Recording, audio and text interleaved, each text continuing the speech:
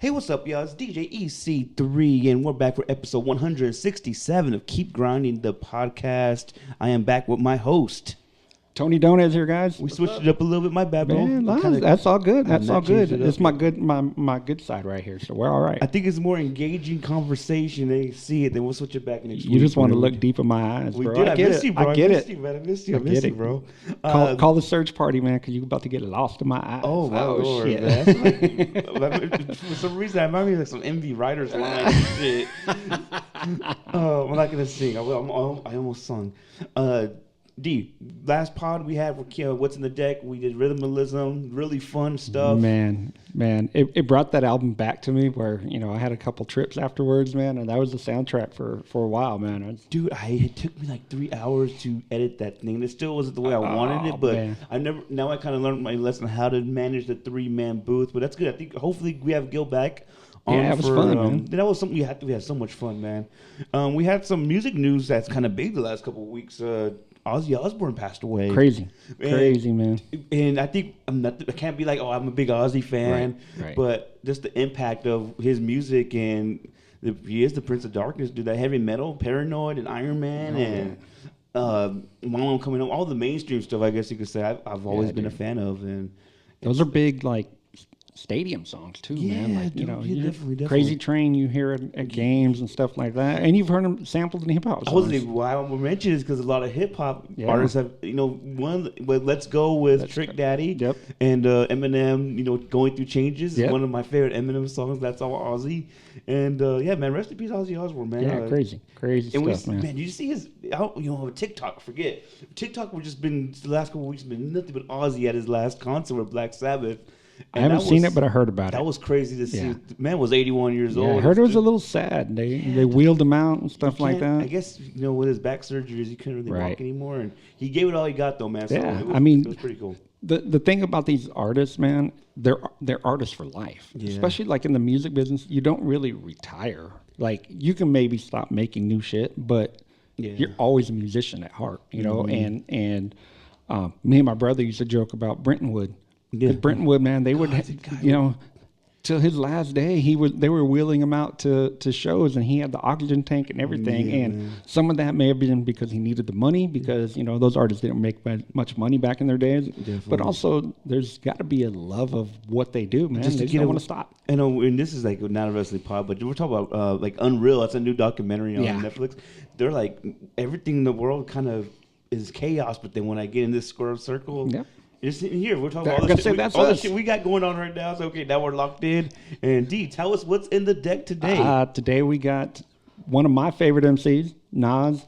And this is an album that was kind of a departure from what you typically hear from Nas, but in a good way, man. This is Life is Good. Life is good. I was listening to it this morning, and again, I listened to it all week, but me too. Such a big album. Yeah. It's a big sound. Yeah, you talk about stadium music. That's the first thing I noticed too, man. Such a big sound, and he's coming off. It looks like this is released on July 13th, 2012, which doesn't seem so long ago, but damn, that was 13 years ago. That's crazy. And this is kind of not a comeback because he did have a lot of, he had the Distant Relatives album before that, which I had to kind of go back in the discography a little bit, and he had, let's see here, this was on, like I said, July 13th, 2012. It sold 354,000 its first week. It came out number 1 on the billboards, and I was kind of surprised about the singles that were dropped. And we're talking about that too, but it wasn't the ones I thought, man, those are the ones that you would drop. Right. But this is kind of coming off the divorce with Khalees. You see the album cover, I believe that's her. Yeah, I don't know. Was that her wedding dress? I'm guessing that's I don't know if it was her actual wedding dress. I don't know if she left it at the house when she split. Yeah, dude, I don't know. So this is kind of, Nas is kind of not, he has nothing to prove anymore at this time in his career, but it was just a different sound, a different, man, it's crazy how, Heavy D's a big part of this too, man, like, and, they said No ID's producing this, along Remy, a lot of Justice League. Justice League has the sound, dude. Those big, dude. Big sounds. And and we start off the album, no introduction. Yep. That sound, man, just like this is kind of like when you could put this in the beginning of like a boxing highlight reel. That's what I'm thinking about. Okay, I can use one of the kids. New content. Yeah, I can use one of the kids, and man, Justice League. it just grabs you. That's how I felt. I just felt like it grabbed me 100%. Yeah. First thing I noticed, because now Nas is doing tours with full orchestras, and I'm like, you can hear, like, he probably does this song. He has to, because the sound, the orchestral sound is just such big production, and it just grabs you right off the bat, man. I was just thinking about this the other day, Justice League, that sound too, man. Like, there's and I don't know who just came out. Whoever came out has a Justice League song. I don't know if it was, what was the big album that came out? It wasn't Freddie Gibbs. What was another? Clips. Was it Raekwon? Clips was all. Raekwon, he had a song called, there's a song, I forgot what the hell it's called, dude. Oh, but it's a Justice League produced song. I think it's called One Life or something. We got One Life. Yeah, it's that. I'm like, man. They have that big sound, man. Lots of horns, violins, lots of, instrumentation. It's really cool. They used to do stuff. They had a run, man, where they were kind of working with everybody, but they were doing stuff with Rick Ross. That was really cool too. Jeezy was. That's how I kind of. That's the one right there, dude. But Nas, and you're. I can't say a bigger Nas fan. You're a Nas. I guess you're a bigger Nas fan than I am. You just know what he could do on the mic, and he starts it off with this no intro. He's spitting, dude. His bars on here are so crazy, man. Yeah, and the intro's a whole ass song.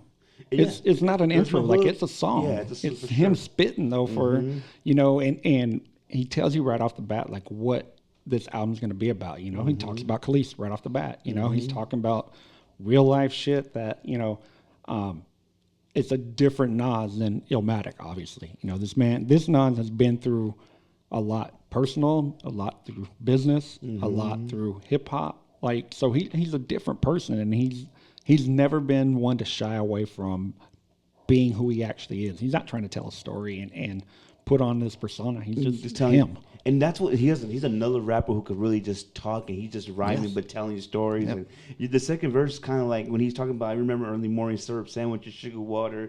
And I remember talking to Biggie size Lex trucks, gas they fly when you bum, you keep your pajamas on money. Like that stuff. Yep. This New York style, they have a really special way to put words together, and I love it. I was even feeling it this morning. I wore my Timbs to work.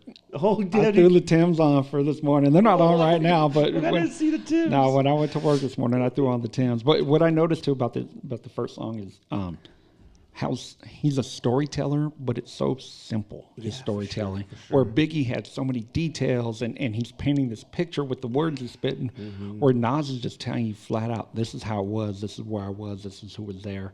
And it's very succinct, very just like very concise. It's poetry too, but it's so like it's so detailed because of his voice and how he puts words together. If that makes sense. And you could tell, like, dude, when him and Raekwon's the king at this too. I'm sure. Yes. And we'll talk about Raekwon on one day. I know we will. Just walking up the dark stairwells, elevators out of order. You could imagine like those little details. Are really rappers. Please take notes.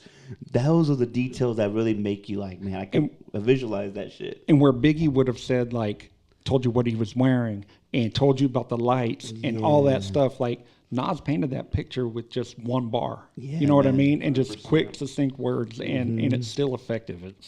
I've always loved that about him. And he's talking really about, life is good, but then he kind of went through it, but I'm still... worth $200 million, and which is crazy to think, right? I'm sure he does a lot of stuff like he doesn't put out there. Yeah. Nas is like he's a businessman now. Like the dude, I mean, between the alcohols, he's got his own record label essentially with Mass Appeal. He's done the stuff with Bevel. Where he's got his own freaking Clippers. Like the dude is a businessman. And, he was, in fact, I recently heard, like, within the year, he's part of a project, I believe, that's trying to open up a casino in New York. Yeah, in Times Square. I mean, dude, that's big. That's big. That's now you're talking casino money. Man.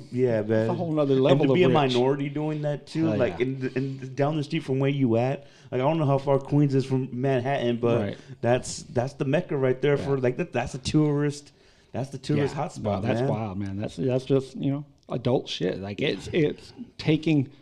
Where he was a kid who did Illmatic, writing rhymes, just trying to get on, and now, 30 years later, the man is like trying to open casinos. Yeah, that's a wild ride, There's man. levels to this shit, dude. It's a wild ride. And again, this is kind of what's going on now, but he's kind of like foreseen all this. This is 13 years ago, right? So it's crazy how everything's kind of working out. Because the mindset was already there. Oh yeah, it's been there. I think too. There's as much as I am written and Nostradamus. I'm gonna have to probably listen to those again. Right. But you know how I feel about. I love Dillmatic, love Stillmatic. I just kind of the beats, but that's what this album has too.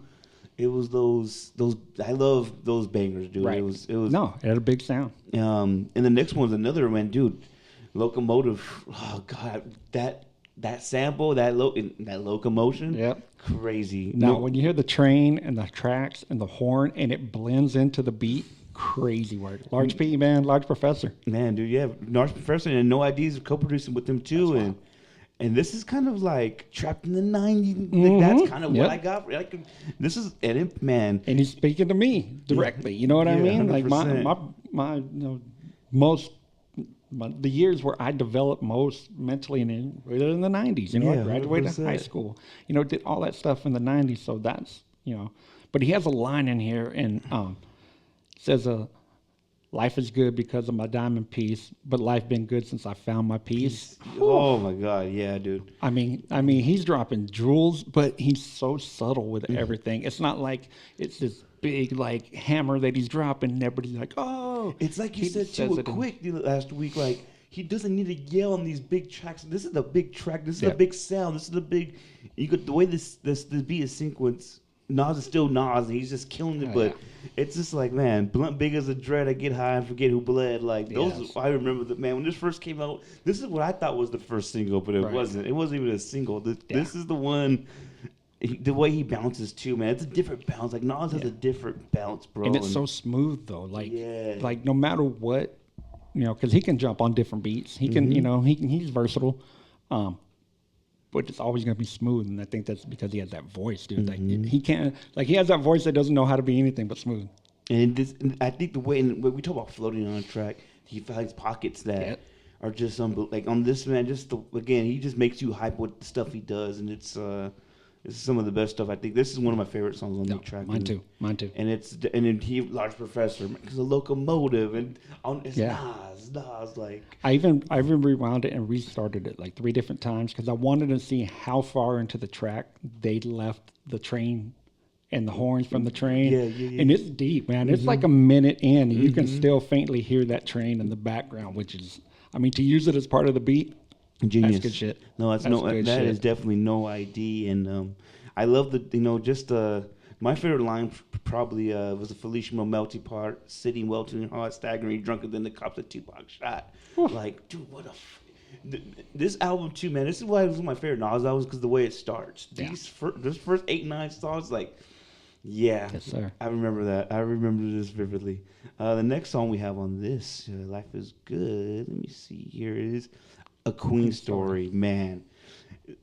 Another big sound, dude, but it's more of a how do I say this? It's like not an orchestra, but it's a play, dude. It's like a score. Yeah. In my opinion, because he's telling the story, and it's like, man, and that's some of the best stuff I've ever heard before, orchestral beat is what I said. The violins, and he's working with these producers that, it's easy. No, I shouldn't say it's easy. It's very typical to just jump on and have a drum, a kick, maybe a piano loop in the back, and even that for some people that's going above and beyond. But you got you guys using harps, you got them using violins. Salam, dude. So they, these guys just make, it's a different type of beat. And as I was listening, I kept thinking these producers started finally making beats that were as sophisticated as Nas' verse. Yeah, man. Like you couldn't, he just never was the dude that can rap over a simple beat, and it couldn't keep up with, what he was got. It just, and I said in my notes here, it's sometimes Nas is just too sophisticated for the average rap fan. Mm-hmm. And that's fine. No, 100% you're right. And that's fine. Like he's carved out a lane where plenty of people appreciate that, but if you're looking to, bop, probably not going to be a Nas album. Yeah, and that's fine. Like everybody's got their own lane of what they enjoy. But to me, I can listen to a Nas song over an amazing beat, and that dude is dropping jewels left and right. Definitely. And this is an example of that, shining example of that. Like it's these first 3 songs, man, and this is telling Queens, dude. Like, and not from Queens at all, but just him, that story was Stretch from Life Squad, and we kind of go deeper into that. Like, this is one of the guys who was with Tupac when he got shot, and he's the one that, kind of, that whole controversy with Stretch, and just knowing that Nas was with him the night he got killed. Like, this is the Queen story, man, and I love the story that he tells here. The wordplay and just the storytelling. That's an art, man. That's very, New York is known for that, man. Very, it's very nice to hear. He's like the quintessential New York rapper, man. Like, and very rarely, you'll hear guys like Jay. Jay's an amazing rapper, and Jay will jump on a South bounce beat like he did with what's the UGK song? Big Pimpin'. Big Pimpin'. He'll jump on that. Nas is like, nah, I'm cool in my New York pocket, and I'm just gonna make amazing shit in this New York. I don't even want to say bubble because that makes it sound like he's incapable, but that's just not his thing. He knows what he's good at. And this is the evolution of his sound. I felt like it was at the time it came out. Hell yeah! I felt like it was an evolution of his sound. Yep. But it wasn't like he didn't have to go to the Southern bounce. No. It's like they came to him too. Yeah, like, he didn't have to bite another style that was popular. He was like, I'm still gonna make my shit popular. And this is 4 verses. We talk about it every freaking time. Yes, the best albums, man. Yeah, I know. I was listening through because ever since we've been talking about it, as I'm listening to music, I'm like, okay, how many verses does this one have? You got newer shit that's got 2, 3. Yeah. And I'm like, this motherfucker went 4. Yeah, and it's smooth too. Like, and I just love the way the beat rolls into the next verse, and it's this is a story, man. I think it's amazing. We won't be able to dissect every line, but there are some lines on here too, man. Like, just amazing the way he was able to again paint the picture and make us feel like, man, I could see we could picture Nas going through all these spots in his life. As I was listening, for one of the listens, I actually just turned on the lyrics on Apple Music and read the lyrics as he was going, and I'm like, I've been listening to this album for 10 plus years. There was shit I never caught at all. Like, it's definitely, yeah. And that's the beauty of the classics. I think there's always finding something new. Like we say it. I think we're going to say it every podcast. We've said it from the first one to, I think this is the 7th one. Dude, it's stuff that you don't hear, and you hear one more time, and you're really dissecting it. It's beautiful, man. And we've said this before, too. Like, I'm hearing it as a 47-year-old man, where my first time I was listening to it as a 30, me at 37, me 47, different people. Big difference. Different people, so I'm hearing it in a different way, too. So that's what's cool about the classics, too, is if you go back and listen to it, you hear it in a totally different way. I remember hearing this as more of I don't want to say, I remember being focused more on the beats when I first listened to this album. Me too. Where this time I took it in and the lyrics were just knocking me over the head, dude. And No ID too, man. This is kind of, I'm just looking at No ID's his discography at the time. This is the time when he was doing that album with Common the whole way. He did that stuff with Jay, the auto tune. Like, No ID was at this time, he still is. I'm sure he just dropped one with Common again. Oh no, that was Pete Rock. That was Pete Rock. No ID's still relevant and doing his thing right now. Hell yeah. And the last line about the accident murderers, go straight into the next song. Yes. And that beat, man, is one of my favorite beats ever. That's what I said, my favorite beat on the album. God, dude, one of my favorite beats ever. My favorite beat on the album. I remember when this song came out, man, I was like, and I was kind of skeptical, I'm not going to lie. I love Rick Ross, especially his early stuff. I was like, what is this? Is Rose going to be able to hang with Nas on this one? And this beat was just catered to them, bro. No ID killed this beat. So I've always been a fan of Rick Ross's flow. I think he can flow. Like, the dude can rap. There's no question about that. My biggest issue with him has always been I hate most of his hooks. Yeah. It's just him repeating the same thing over and over. And I'm like, that just, to me, that doesn't take a whole lot of creativity. Yeah, definitely. But the man can rap. Like, I've never heard him jump on a track and be like, damn, that was a whack flow. Like, the man can rap. 100%.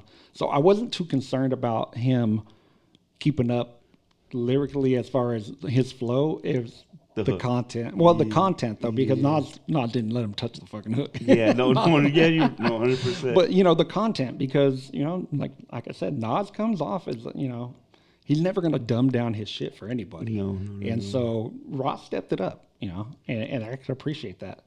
I said, too, I thought it's funny that the track is kind of calling out fake thugs, and you got Rick Ross on it, who made his whole made his whole name off somebody else's name. And his career is kind of the dude was a correctional officer. Definitely. So I don't know him personally, but it's always been kind of out there. The dude was kind of a fake thug, so I just thought that was kind of funny. But he's in this world now. I go off track, but it's all entertainment. They say, and it's absolutely. Absolutely. They've all go down for a RICO charge. They're really doing this shit, you know. No, we talk about it. It's why we don't give musicians the same pass that we give actors. It's kind of funny. They're all just making entertainment. Definitely. And Nas comes back. You cock back. You thought you had the plan, and I can never do the same thing, but just the way I'm reading it, it's like that is a bounce. It's a whole different. It's that pocket. He's a pocket within a pocket. Yeah, that beat though, man. Like he's riding this beat. And it's crazy, man. And like the sample with the da, da, da. What song is that? Hold on. I have no idea. It has it right here. Hold on. They say it couldn't be done by Norman Fields. Can't say I heard it before, but hey, man, this is No ID at his best, and this is one of my favorite beats on here. Just in the chorus too, accident murder, act like you killed on purpose, liars brag, you put work in. You ain't mean to murder, kill your gun's a virgin. The streets are full of them. Like no. And you see the maturity in his rhymes too. Like early albums, he was talking about being the one behind the trigger, and now he's talking about shooting innocent bystanders and how goofy that is. You know what I mean? Like it's just maturity, and I don't know if in my youth, I would have appreciated it as much as I did hearing it. But I kind of feel like those dudes like Nas and Jay, like I grew up with them in hip hop. We're all probably roughly the same age. They might be a little older, but I kind of grew and matured with them. So it's easier to take that level up with them because I feel like I'm on that same trajectory. And this album is such a maturity thing. And we have songs later on, like some deep shit he says on here. It's like, whoa. Yeah. He kind of like I said, these first 5 songs are just, okay, this is, Nas is still, he has that raw New York sound. And you see Rick Ross coming in just kills it. Yeah, Rick, he does. Man, Rose he floats on this thing, man. And I think some of his best verses have been when he's rapping with other people. He steps up to the challenge. He's done it with Jay. He's done it with Drake. He did it with everybody w's been on the. He's like, all right, I got to step my shit up. Oh, he had to. Yeah, he had to. It was no, and then just to hear them both on the hook a little bit. That was I thought that was a cool little switch up. And just the third verse, man, just he's killing it, bro. Just one of my favorite songs on here. Can't play with these little gangster can't hang with these little, they killing, they reckless. Wish I could build with them, but will you change really? Some real killers, I think of Wayne Perry. Like, he's kind of speaking to what it is now too, man. Just like, it's not what you guys think it is, man. Right. Violent adolescents, homicidal with weapons, scary shit. No, it's yeah, man. It's one of my favorite songs on here, dude. We'll talk about that. Next one, man. I think you can relate to this 1,000%. I thought about you. I think about my boy Mikey. I remember when this song came out. My boy, man. Was Sophia born at this time? Let me see. What year did this come out here? 13, I think. 13, 12. I think she was just born, dude. Wow. So the song "Daughters" really hit home at the time. It always, for those who don't know, I have 3 daughters. Mm-hmm. I'm a girl dad. Like anything relating to raising girls, I can, it always hits me in the feels. So yeah, as a dad, I can appreciate that and going through some of the stuff. But it's funny, as I was listening, I was like, damn, I'm glad I didn't go through some of the shit that he was going through. Though, my girls have been fairly easy. But it's true. Like there's things you're worried about as raising a daughter, man, and the real world out there, and dealing with guys, and dealing with the perceptions of what you're supposed to be as a young lady, and then growing into a woman. Like all those things, man, and other people's judgment of it. I've been through all that. Like people thinking I'm not doing right by my kids, or I let them do this or don't let them do that, and that, and I can relate to that, and his is just in a public setting though. His is on social media. It's magnified. Mine might just be my mom calling me out on shit, but 100%. This is like a bunch of strangers telling you you're not a good dad. That's tough, man. And he's telling the story like the first verse, and this is just reading it out, but we know the song so well. Yes. Talk about she's riding a guy in the pinta, he's locked up, and this is kind of what she wants, but her daddy's a thug, so why not? Exactly. That's kind of like, I don't know how that is, but I could kind of damn, you would hope to keep them away from it, you know? It's funny. I live by this. I just told it to a buddy of mine. For my girls, I have always told Melissa, my goal is to teach them to find a man like I am while avoiding boys like I was. Definitely. Because I know what I was like when I was young. Mm-hmm. And I know that, I probably wasn't the best, mm-hmm. and I didn't always have the best intentions in mind. And so, and I've outgrown that, and having daughters definitely helped. Yeah, young and dumb, but having daughters makes me see it from a different perspective too. Mm-hmm. So I get that, like thinking like, how can I be upset with her for going and finding somebody just like me? Mm-hmm. Exactly. Like that's who I was. That's the that's what I ingrained in her. So that's always been my goal, man. Find a man like me, because I think I'm decent, but my wife might argue that every once in a while. And it's like, and then we talk social media, like in second verse, like she's over here posting her shit. Like I don't know, I never have to deal with that, but I could imagine like finding a box of condoms in her dress, or like but what every dad's gonna have to go through. I'm sure. Like I just had this conversation with my deal the other day, like about his daughters were growing up, and it was like, dude, you have to deal with some weird shit sometimes. It's just but they're your kids. What are you gonna do? Your daughters, what are you gonna do? Because it's real shit. Yeah, like it's not just because if you put your head in the sand, it ain't going away. So you can either tackle it head on and have those awkward conversations, or you can hope for the best. And when it doesn't go your way, you really can't say shit. And they say the coolest players, the foulest heartbreakers in the world. God gets us back, makes us have precious little girls. Like, ooh, man. I cannot imagine little Adrena and I. Right. Oh Lord, I deserve it too. Shit. It's funny because I was a wild child, man. I was, I tested the limits with my parents, and they always say, oh, whatever you do to your parents is gonna come back on you double or tenfold or whatever. My girls put me through almost no stress, man. My mom was probably pissed off because I didn't get my comeuppance at all, man. Like 100%. That, but it's, yeah, and we're a blended family, so my girls had a lot of people helping them on this, Of course. Other parents, other grandparents. So I don't take full credit for anything, but we had a whole team behind us. So if you don't have that, and when he's talking here about his relationship with Khalees and how it may not be great, I didn't want that. Yeah. So 100%. I made sure we kept things copacetic with the other side. And I can, I can imagine how he says too, it ain't easy to raise a girl as a single man. Kind of seen that on my pop too, like I'm sure that's not easy. No. Kind of combing hair and kind of giving advice, and the things that young ladies go through. It's like, and we see that like we're not dads at all. Like, I'm not a dad at all, but when we see coaching, it's like, what the hell do I tell these people sometimes? No. Like, I don't know what to tell them. Like, oh God. No, it's funny when we did the coaching thing because I went in as a dad who had literally was raising girls that same age. Yeah, so definitely. I see you guys be like, or, these girls would come to me and talk about, oh man, I'm on my period. And I'm like, okay, yeah, because I get it. I deal with that at home, things like that made it, the rest of them like, oh shit, you live with I don't want to hear this. I'm like, you live with 4 women at the time. At the fun time, four women, that's normal stuff for me. So, I always take that approach too, like, I know what that's like. So I can, and I tell the girls all the time, I go, I've raised girls just like you. So, nothing you're saying or doing is gonna shock me. No, so, definitely. And I really do appreciate that in the coaching part of things. Mm-hmm. No, that was definitely a bonus. We needed that. We definitely needed that. Next song we have on this album, Life is Good by Nas, Reach Out by Mary J. Blige. Dark Child was a producer of this. I'm kind of shocked on that. Really? Didn't I know? Did Rock My World, all that good stuff. Like, I love the song. It wasn't my favorite when it dropped, and I still need to probably listen to it like 6 more times. Right. It's so for all the good things I believe Nas does, Nas just doesn't make party records. And when he tries, he always falls off a little bit. Yeah. This is one of those. So what saves it is Mary J. Yeah.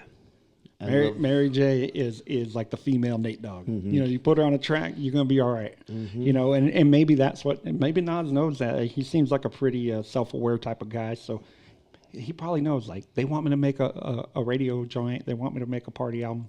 And with Mary J. Blige, you kind of got. And so he's like, you know what? I'll just throw Mary J. on that one. She can cover up whatever whatever I'm lacking in that song, and the beat too. It's got a real old school feel, so I'm sure that sounds like a beat that you could throw on at a party. Yeah, you definitely. And you get a bop, and you get people, even if they're not dancing to it, you got heads nodding as they're sitting on the side. So yeah, not my favorite But I don't know if many of Nas's kind of quote unquote party records. There is a party record on here I like that I played in the past, but this wasn't the one for me. And I'll kind of let you take the round this. But this wasn't. I kind of get the message of he's growing up and he's outgrown a lot of his homies. Yep. Get that. So, the next one though.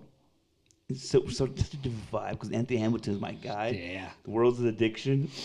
I remember when this came out, man. It was to hear Anthony Hamilton. And the only thing, man, it was, at the time I didn't really listen to a lot of Anthony Hamilton. But then when Y came out with Jada, it's like, it just took my whole my curiosity to a whole nother level. And this is it, man. Anthony Hamilton sang a hook on a Nappy Roots song. That's one of my favorite hooks ever. He's Sick and Tired of Being Sick and Tired. Okay. Man, I love that. But like me and my wife always talk about, like, when we talk about singers, there's singers and there's singers. Yes, he can sing. Yeah, he can. Like, he's got that soul. He's got that kind of southern soul behind his voice. That's just he wasn't on the hook of Poor Folks, right? All my life. No, I think that was one of. I think that's one of the dudes. Nappy Roots. One of the dudes in the band. Probably talking about that song. We'll put that song on one of the most contents. But I love that there was like a stripped down beat because he was talking about like real shit. Man, Yeah. I was thinking that too, dude. This beat, this song was kind of, it was not as big as the previous 6-7 songs, but this was to hear the words. Yeah, it was like, he was really emphasizing, you got to hear what I'm saying. That's crazy how, and I'm glad we know, just as I guess we're hip hop guys, we kind of know what he was doing with this one. Just letting Anthony Hamilton kind of picture the emotion, kind of put that in tune with it. And I thought this is a beautiful song, man. Yeah, he's talking real shit. Like, whether it be drugs, alcohol, fucking attention, whatever it is, man, if you become addicted to something, like it's real shit, social media, like you see it all the time. Like there's things, like no matter what, like even if it's something that can quote unquote be good, like too much of anything is harmful. Definitely, you know what I mean? And so, like you can, everybody can relate to the song in one way or another. We either know somebody who's addicted. Yeah, we're addicted ourselves, and it doesn't have to be drugs, alcohol. It can be anything. Yeah. Staring at your fucking phone for too long, and your wife's fucking like, pay attention to. Dude, I know that's a whole other lane we go, but that's something I've been noticing, dude. Just put them up. Like, we'll talk about that later. No, yeah, but we all go through it. When Nas is like, "I'll never skirmish the blood. We could thug and get out of hand. Well, the options. Only conclusion: shooting, bullets popping, hoodlums dropping." Ooh, I'm like, dude, this guy was in the back of the paddy wagon, bracelets aching me, pigs ignoring. I'm asking what precinct they taking me. These cops can't relate to me, deaf to poison, empty vacancy. Like, man, dude, the whole third verse is one big pocket that he's in, and he just rides it. And the craziest part too, and I noticed on this song more than any, like the breath control. Like you never hear him like. Yeah, you never hear him take a deep breath. Like you never. Pun was infamous for this. Pun had the oxygen tank at that point, but like you can hear the breath control, and it never gets too high, never gets too low. It's just real even kill, but it's not monotone. If that makes sense. Yeah, 100%. And it's just beautiful. And just talking about like people losing people to the violence and shit. Like this whole verse is dedicated to that. When. He could barely concentrate because he's newly separated. His strange life, like entertaining her acquaintance in the house they were married in. Mad people wait, and like, yeah, dude, this is what people go through when he's going through a separation. Yep. It's crazy. No, I thought this was a great song on this album. And something else kind of, what? Now that I'm going back and listening to it, I was working out today to this album. When Somewhere on Smash comes on, it's such out of place song. So out of place, but man, I love a Swiss Beats beat. I played this a couple times at a few gigs when it dropped, and I remember this. But again, Nas is just not. It's not. It's not what. Yeah. It's a little different. It's a party cut, man. I guess we all need it. And hot take. I'm like 50-50 on Swiss Beats. Are you? Yeah. Oh shit. Okay, that's okay. Like there is stuff that I love, like all the early stuff with Rough Riders and all that stuff. Most of that stuff but I think it's more because they had that harder edge to them. You know, DMX, and I don't. The beats are okay. I hate his hooks. Yeah, I can see that, bro. You know, and for the same reason I said I didn't like Rick Ross, it's just so repetitive, and it's just him talking really loud. Smash. And I keep waiting for it to end, and it just kind of keeps going. I do like the bad bitches, champagne wishes. No, like, I like that stuff. No, and I don't dislike the beat. When he starts, and that's kind of his formula, though. I'm looking at the hook now. Someone on Smash probably hear 14 times. Yeah, and then it's like he did the same thing. I got my drink and my two-step, my drink and I love the song I love the beat, but I mean the hook is just repetitive. But that's also probably a product of what gets played on the radio when you're trying to make a beat. It's the very simplistic, dumbed down stuff that gets played on the radio. And a rushed product too is like just throw the hook a couple times. We'll say 5 times. This may have been the last one. They're like, we need one more. Radio album, radio joint. And he's like, throw me the beat. I felt like this, and this is not. I feel like this isn't Nas's best album at all. No. It's a great album. Yeah. There's some stuff in here that's kind of I felt like filler too. Like I love we'll talk about the Bond song. I felt like that Bond song, that's always been you could tell you could kind of do that on. But someone else I like Miguel. But this is a banger. This is, but it, honestly, maybe a hot take. This came and gone for me when I probably played it a few times at a couple of parties back in the day, and that was it for me. But no, I've always liked the beat. I like the that voice was kind of catchy and I can see where that would if you drop that at a if you're playing at a backyard boogie or something, and at summertime you drop that, I can see how it would hit. Yeah, definitely. When did this drop here? This is in July. Well, it did drop in July too, so maybe it was just one of those things. It's a summer song. Yeah, for sure. Next one was "You Wouldn't Understand," produced by Buck Wild. I really enjoyed this beat as well. Yeah, it's been a while since I heard it. I'm not gonna lie. What I thought was cool was that even when it's an up tempo beat. Nas still breaks down and talks his shit and talks about real shit. You know what I mean? Like he doesn't let I shouldn't say he doesn't. He doesn't always let the beat dictate what he's going to talk about. Some on Smash you kind of have to you can't be dropping jewels in the party record, but but on this one I really felt like he was like, all right, you may throw this speedier, this more up tempo beat at me, but I'm still gonna flip my shit. And Buck Wild, dude. This is one of Nas's storytelling songs I really enjoyed too. Talk about Black Jason 89 with the bottle. Like, it's crazy, dude. And then you think about it, like he works with some of like the best, but not as well known producers from, especially from New York. Like Large P is the man, dude. Yeah. That Buck Wild made some of the dopest beats I And with Large P, was this kind? I think at the Rock time Wilder? Was this kind of like their fucking reunion? Maybe. I think that's what was a big deal. This is like when Heavy D passed away too. Like we'll talk about that with the Dawn. But this is like when he was kind of reuniting with a lot of his sounds from back in the day. And Buck Wild, what song did he do? Buck Wild did. He didn't do the Rock Black Wilder. No, he didn't do the Rock Wilder. That was the Rock Wilder. Okay. That was the Rock Wilder. I know I thought about it when I said, but no, he did. Whoa. Yeah, he did Black Rob. Whoa. Okay. And if I remember right, I read a story where he made that for Pun. Pun passed. Yeah. Whoa, that'll be one of those singles we talk about one day. Yeah, dude. Rest in peace, Black Rob too, man. But yeah, Hudson. This is. I look Victoria Monet on this really. Just sets the vibe for this whole thing that we got going on with Buck and Nas. So I love it too. Again, was it something that didn't play a lot when he dropped? I was kind of stuck on the next song, dude. The Dawn, Heavy D and my guy Remy and the interns on the production, and man, one of my favorite Nas songs ever, bro. Went back to kind of that vibe with Biggie and what was the song? Machine Gun Funk? No, that classic Jamaican Caribbean feel that's big in New York, man. And the way Nas came to this, dude, like there's a big intro to this too. You know what I mean? Like, this is. I don't know. Again, I can't say I'm a big Heavy D fan as a producer, right? But if he produced this and he gave this to him, he knew this was so handcrafted for Nas. Yep. Smoking the Escobar, guzzling my second bottle, hoping I don't catch a hummer, grossing our net, simultaneously making me climb higher. It's like, oh my God, dude. Yeah, he just goes. I mean, it's just,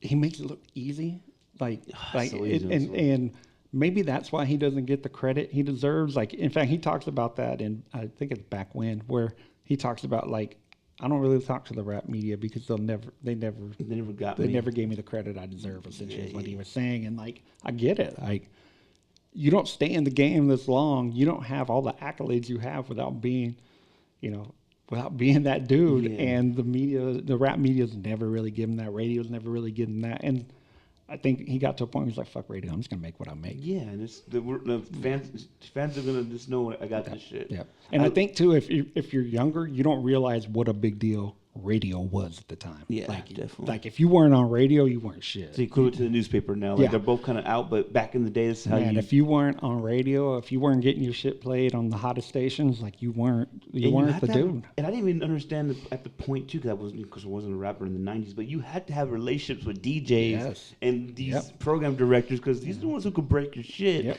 And you need to have these relationships, and it's crazy how that happens. Like, that was a grind too, I'm sure. Like, if you've ever seen the movie Brown Sugar, and they're trying to get that album, that song on the radio, and they're just standing outside the radio station trying to give somebody their tape, and then when it finally gets played, and they're stopping in the middle of the street and they're dancing because that was a real thing. That was like, I made it. And with streaming, you just don't have that anymore. No. Anybody, I could throw a song on streaming right now. I was telling Dom the other day, man, I'm so close to just dropping a Keep Grinding song. I have nobody who can make. I have this idea for a song because the Keep Grinding we need a theme song to go for this podcast. We need a theme song for this commercial I want to shoot. I just don't have a Keep Grinding song. Like, no one's ever made one. Right. But it's so easy now, bro. Like, we could do it here. We could we could chop our voices up and put it on a hook. I might have to pull the pin back out. Oh, my God. Write a quick 16. Oh, my God, dude. We almost did that, too. Good God. Poor mom. Verse 2, man, army jacket swag, army jacket green and black with the square top bottom that snaps where the gas at. This is straight New York shit right there. And I was kind of immature in my younger years with the Nas thing. You know that. I was always like, that's one of the biggest fights we have on a regular basis. And he would take the shots and Nas just to get to me. Yeah, but 100%, bro. I used to always do that. But then this is kind of like, man, this is some beautiful stuff. Right. It's like the words he's putting together. Like, he's I could never. It just always was the beats. I would tell you, like, I hated the beats and all. Just was ignorant to the truth of Illmatic being the top 10 album that it is, But this year, man, just the way he's in the pocket, and damn, he doesn't let go. And it's the Don's one of my favorite. Nas the Don, like, beautiful. This is what I thought was the first single. It wasn't even a fucking single. Like, according to Wikipedia here, which is pretty decent, pretty. Let me see. The Don was. Oh, my bad. It was a third album released. Okay, it went Nasty, which I'm kind of surprised that was the first one out. Then Daughters, and then The Dawn. Crazy. Interesting. After The Dawn, we have Stay. Very deep song. I've always loved the band. Those horns, man. Stay. Those horns, they grab you right off the beat. Just a super jazzy beat with horns and just a light drum in the background. And No ID doing his thing, bro. Yep. And another one, man. He's just you got to hear what this dude's about to say. So we're not overpowering. It doesn't have to be overly produced. Not like that. Not that the first out the song, but it was this is the stadium music at just the end. Exactly. And No ID could switch it up too, which I really appreciated. Stay is one of the most beautiful songs on this album, in my opinion, man. There's a line. Some say hatred is confused admiration. If you've ever been in a bad relationship, that makes. Not even a bad relationship. If you've ever been in a relationship that wasn't healthy for you, though, at the end of the day, like, you get that. Like I can't stand her, but I love her. No, 100%. Let me see one of my favorite lines on here. I just love that he's kind of talking in the perspective of it's grown man stuff, man. Like, it's really, you could really think about it, man. And it's like he took his time with the lyrics and everything meant something. That's kind of what I took it as. And I love those soulful I love those soulful samples, and that's one of my favorite. He's talking about men who kind of provide for their family in this one, and not that I have a big family and stuff, but it's like, but you got a family's a family, bro. But yeah, dude, like this, just coming home and like bringing family men bringing home dinners, like the way he comes off when he first starts it, crazy. Yeah, no, it's. I think the the theme of this entire album is maturity. Mm-hmm. You know, when you've been through real life shit, and I'm not talking about like, oh, I was at the club. That's not real life shit. I'm talking about bills, kids, relationships, definitely. You know, a mortgage, like you know, that type of shit. Like that's when you've been through that, and you kind of see the other side of it, and you're ready to come out, and you can reflect on what you've been through. And almost that's kind of the I made it right there. Like 100%. Like that's kind of like, oh shit, you know, my kids are about to finish college. Yeah. You know, that's like the, oh shit, I made it. And I think that's kind of where he was at in this part of his life.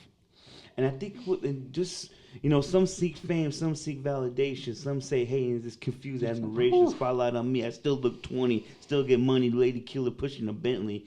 Like, and Nas has never aged. Like, I could see, like, dude. Not at all. Like, this man, what he was saying, man, like, the beat, though, man, just kind of like the way he rises his beat. It's very jazzy, and it's one of my favorite songs on here, man. And we can't. I wish we could dissect it bar by bar, right? But it's one of those. This is one of those albums, guys, that we can't play the music, but if you can listen to the podcast and have the music playing at the same time, like you'll get what we're saying. Yeah, I know. That's why I wish we had the. I wish we could. You two would take us off so fast, but they. Nas, clear our shit for us real fast. Please, man. Just we can have a walkthrough. That's like one of the dreams, man. We can walk through it. Yeah.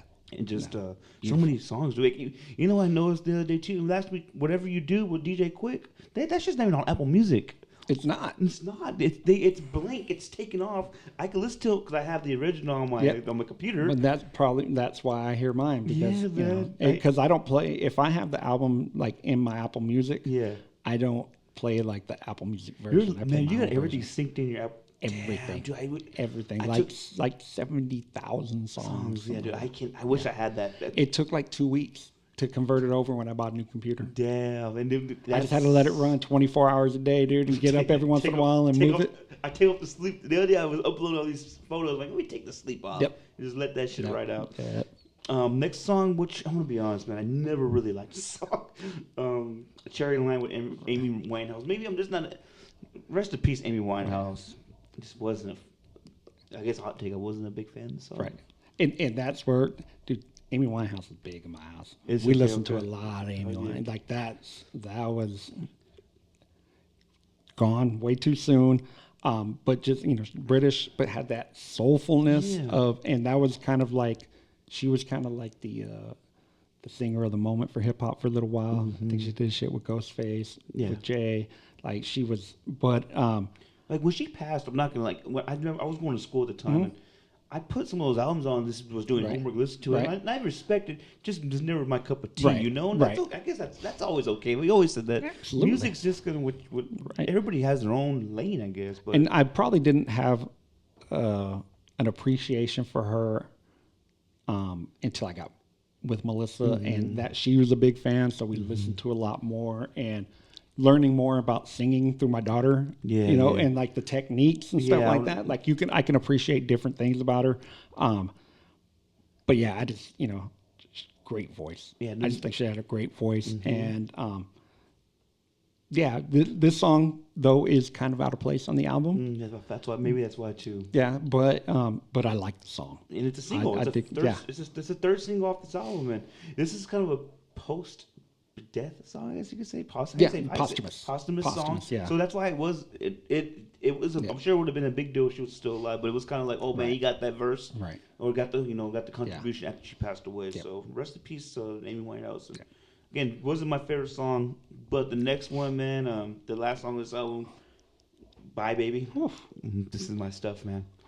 This is my 40. When they say 40 produced, is that the 40 from? Is that 40 Shabib? That's what I'm kind of worried. The OVO dude. That's what I was thinking too. Like this is Noah Shabib, I think is his name. Yeah, it was. It makes so much sense now. See what we're discovering 15, 13 years later. Crazy. Like him and Salam wrote when this is kind of one of my. So did 40 come up under Salam Remy? I wonder. I don't know.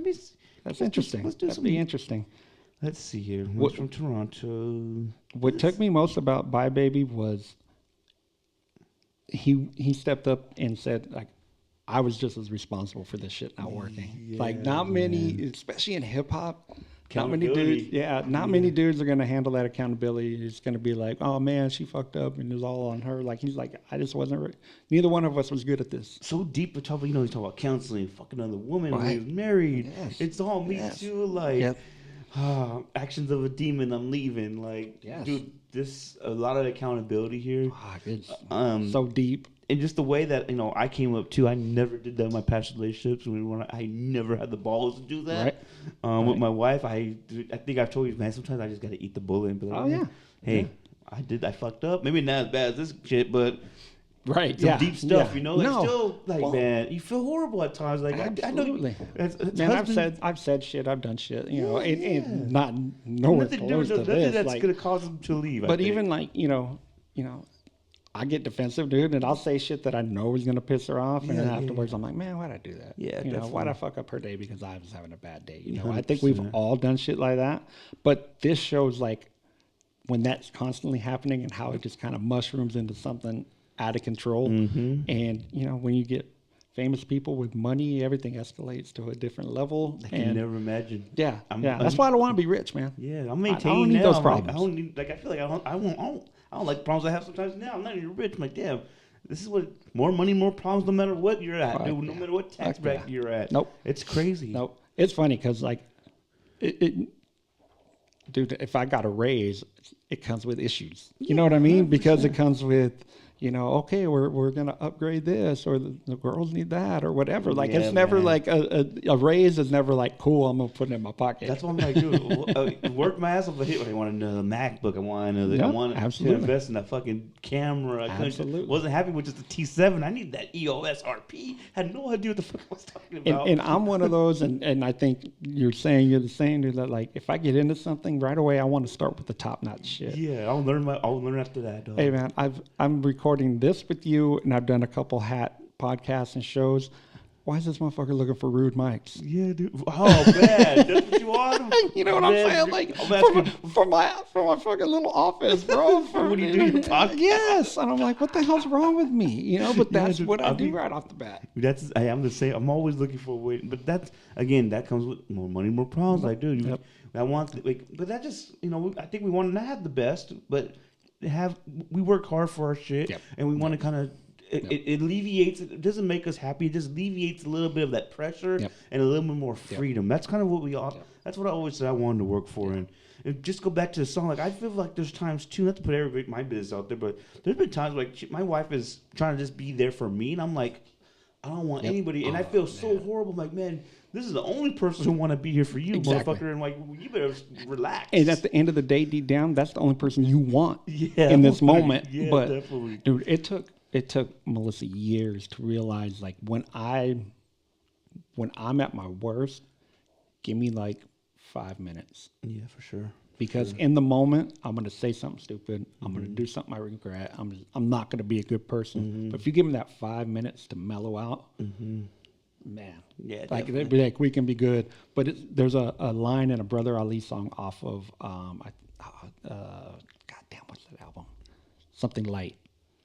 Ooh. Anyways, he says, when it seems like now I can't remember, but it seems like the times you can't keep me close are probably the times that I need you most. And man, like I remember like one of the first time I heard it, and like I was in the bathroom getting ready. Was it the Bite Marked Heart? No. It was the one that had like the blue and orange. All Beauty in This Whole Life. All Beauty in This Whole Life. Dude, we gotta talk about bro. Yeah, he has some crazy shit. That album actually brought tears to my eyes the first time I heard it. It was something special. But I remember me and Melissa like heard that line at the same time, and she kind of looked at me and smiled like, "That is you." And I clicked in me like, "Oh my God, that is me." Yeah, definitely. And it was beautiful, man. That when music can do shit like that to you, like it affects your life. That's great shit. Ali is like that guy, man. Oh yeah. And I felt like this song's kind of. I thought about it now. Like accountability is such a big thing, dude. And it's just like it's part of growing up, my guy, and it's part of this, this life that we worked hard for. But there is problems at times too. Like the Mo Money, Biggie was so spot on. I wish I was there when he came up with that fucking line. Like, what was going on with you, my guy? Yep. And back to the song, like the vulnerability you can hear it in the beat. Oh yeah. Like, and how it's like a stripped down beat, and then like as he's talking about things getting better in life, it speeds up to like a classic boom bap beat. Like it like the beat is riding his mood. Fucking beautiful, man. No, it's this is art. This is the way to end the album. At least this is kind of how I didn't go the deluxe version. I went the standard. Me either. So no, dude, this is life is good, man. I love it. Yeah. He talks about breakups, his personal struggles, kind of, parenting. At the time I needed this album too. That's why I think I loved it so much. And what was your favorite beats on this album? Favorite beat is Accident Murderers. Okay. I love that beat, man. I love just as soon as it kicks in and the there's the sample, but then the drums kind of and then it just Accident Murderers, man. That's my. I will say that Dawn's my favorite beat on here. Just couldn't. When I first heard this, I was like, I remember All Hip Hop, baby, allhiphop.com, and it was like, yo. Allhiphop.com. Spend a lot of time on All Hip Hop, man. Do you know Two Dope Boys isn't on there anymore? No. Yeah, they took it off, bro. It's so crazy, huh? Like, what the fuck? I never trusted hot new hip hop. No. I've always was All Hip Hop and the Dub CNN and Two Dope Boys. CNN, man. So what would be your favorite songs on this album? I think song-wise, just with the lyrics, the beat, and everything, I'd have to say "Stay." Oh yeah, "Stay" is just it's a song that it's so. There's so much emotion behind it, man. And I'm not always looking for, there's times where I'm looking for music just to make me bob my head. And, I used to tell Melissa all the time, there's days where I listen to Immortal Technique and there's days where I listen to E40. Yeah, for sure. You know what I mean? Like sometimes I want to get deep and angry, and sometimes I just want some ignorant shit that I can bob my head to. But this one right here, like it's, the horns and the stripped down beat just work perfect for what Nas does. Definitely. You? And made me a believer, dude. Honestly, because I love Distant Relatives, but this was that Locomotive, and man, it could be No Introduction, Locomotive, Daughters, or like you said, Stay. Like those ones, man, were like, oh my god, it was like a breath of fresh air, bro. And it's like, how the fuck do you have a breath of fresh air in your 10th album? Yes. Not many guys could do that. No. And it was for me, it was like, damn. I look at people who have been in the game for so long. I take a Too Short. Too Short's 5th album, Too Short's 15th album sound exactly the same. Formula. And he's got a formula that works, and he's been successful with that. And it's not a knock on him, but artistry at a different level. When 15 years in the game, he's like, I'm going to become and look what he's done now. His stuff with Hit Boy. Yeah. And that's just totally like another level. And those albums are probably, in 5 years, if we're still doing, we'll probably talk about those albums. I mean, those are next level. And I think, I don't know if I surprised you, but when those were coming out, like, I can't stop listening to this shit. Yes. All three of them. It could have been a 3-pack CD. Like, man, there was a Prince album that I really loved, and it's fucking 3 discs. He could have done that, and it would have been just as good, bro. And it's like, and I remember thinking, like, man, this is your 10th album. You're like winning me over. Not winning. He doesn't need to win me over. But to me, it's like, but fuck, I'm Team Nas. Right? No, but it is like I'm sure he gained new fans from this album. Even if it was older people who weren't really into hip hop, you don't have to be a hip hop head to appreciate 100%. What he's doing on this album. With this, like, I don't think that Jay did this. Right. 444 is a good album. Blueprint 3 was good. American Gangster was good, and I'm sure I'm missing some in between. But they didn't reinvent like kind of buy me over, just kind of elevate the sound. And those King Diseases, and even the ones in between, he had like 5 albums there. Yeah. My guy Jay hasn't done that, and this maybe, but dude, and we're this is probably a conversation for another day with Nas. Just the output of material towards the last 6 years. No, it's nonstop. Has been crazy, and it's good shit. Yeah. It's not like it's filler content. It's really impactful stuff. Which with Hit Boy, him and Hit Boy had that chemistry. Yep. That it was man, it's beautiful. But this is that's how I felt about Life Is Good. And I've always said Illmatic was like the gift and the curse. Yeah, definitely. You make your best perfect album first, there's nowhere to go but down from there. Yeah. So everything he was going to make after that got criticized. And I was guilty of it too. I was like, It Was Written was, you know, all that stuff, it was okay. And then, you know, you listen to it 10 years later, I'm like, damn, It Was Written was a damn good album. And I just didn't get the credit it deserved because it came after Illmatic. And Godson was kind of like his first mainstream album, I felt like. When I Know I Can, maybe he has some songs there too, kind of like, I can see why. They were hot at the time. Yep. You know, he was riding the wave. And then, you know, he had M producing on it and stuff. That was wild. Yeah, the Cross. And that's when he told the whole story about his beefs with, you know, with How Blue. the fuck do we remember this stuff, bro? Yeah. That made me right. But the liner notes was so, like, I could still... Ingrained, man. Yeah, so ingrained. Dude. Ingrained. I said, you know, one of the notes I made, and I want to see your thought on it, was that he's always been criticized for poor beat selection. Yeah. One, do you think his lyricism just outshined the beats to where they didn't get the credit the beats didn't get the credit they deserve? And two, you know, we talked about it a couple times, like they intentionally made stripped down beats because you had to hear what he was saying. I wonder if producers went into it like, I'm going to strip down my beats. I'm going to not water them down, but I'm going to take it down a level because you got to hear what this dude is saying. I've always wondered about that. Like, you know, and that's how I felt with The World's an Addiction. Yeah. That it clicked a little. Like when I again listened to a different perspective. Yeah. It's like I'm gonna break this album down. Like, oh damn, I see why they did that because you really need to listen to it. And that's The World's Addiction could be applied to. You could put that song in a lot of his albums and it will still do well. Yeah. It will be relevant, and that no, you're right. I think now I need to listen to Nostradamus again. Right. It's if you're gonna go through his catalog, man, you're gonna need some time because the dude puts out. You know, that's one thing that they could never say about him is that he didn't continuously put out music. There was never really that.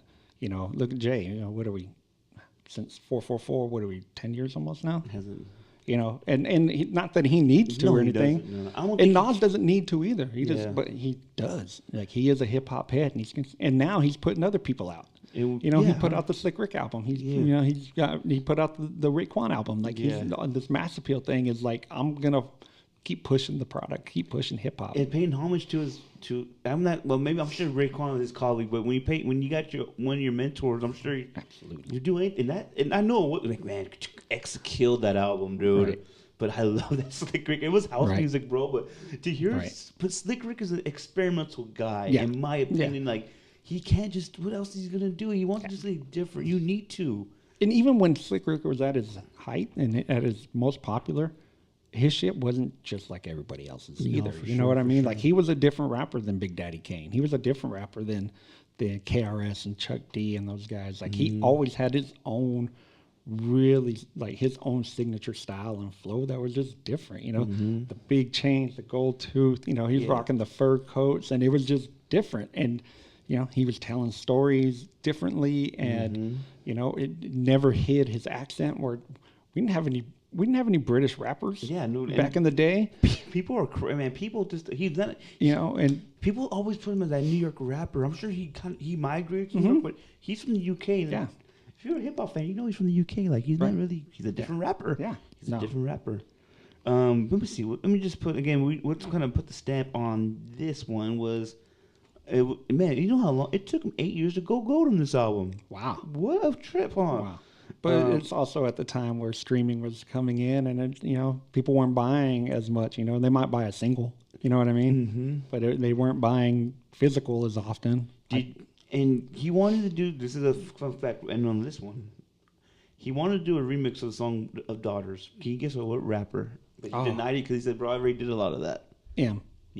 That just makes sense. As long as once you said he already did a lot of that, I was like, man, it would have been perfect. God, that would have been nice, huh? Yeah, that would have been nice. This is What's in the Deck, episode 167 of Keep Grinding the Podcast. I'm Ernie C. Tony Donez here, guys, and we out. Peace.